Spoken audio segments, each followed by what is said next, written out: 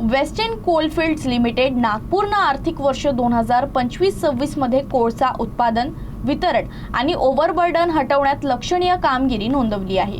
या कालावधीत WCLनं 63.3 दशलक्ष टन कोळसा उत्पादन, 60 दशलक्ष टन कोळसा वितरण आणि 354.37 दशलक्ष घनमीटर ओव्हरबर्डन हटवलं। कंपनीनं वर्षभरात राबवलेल्या सकारात्मक उपक्रमांचा हा परिणाम असल्याचं मानलं जात आहे। आर्थिक वर्ष 2025-26 मध्ये वेकोलीला 5.375 दशलक्ष टन अतिरिक्त पर्यावरणीय मंजुरी मिळाली।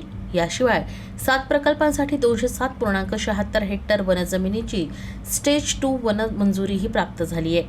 कंपनीच्या स्थापनेनंतर एका आर्थिक वर्षात मिळालेल्या या सर्वाधिक वनमंजुऱ्या ठरल्या आहेत। कोळसा उत्खननातील कार्यक्षमता आणि सुरक्षा वाढवण्यासाठी वेकोलीनं कंटिन्युअस मायनर आणि सरफेस मायनर यासारख्या आधुनिक तंत्रज्ञानाचा अवलंब केला। सध्या कंपनीच्या खाणींमध्ये 6 सरफेस मायनर आणि 3 कंटिन्युअस मायनर कार्यरत आहेत। लवकरच आणखी 2 सरफेस मायनर सुरू करण्याची तसंच येत्या काळात टप्प्याटप्प्यानं 23 कंटिन्युअस मायनर कार्यान्वित करण्याच्या योजना आहेत। कंपनीच्या विविध कार्यक्षेत्रांमध्ये वणी एरियानं 13.31 दशलक्ष टन कोळसा उत्पादनासह सर्वाधिक योगदान दिलंय।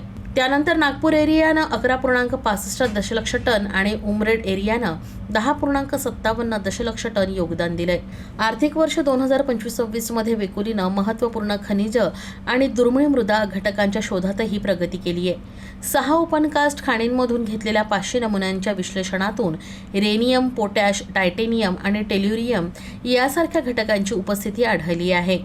तर पुढील विश्लेषणासाठी आदासा UG ते OC आणि मकरधोकडा 3 ओपनकास्ट खाणीतून नमुने नॉन फेरस टेक्नॉलॉजी डेव्हलपमेंट सेंटरकडे पाठवण्यात आले आहेत।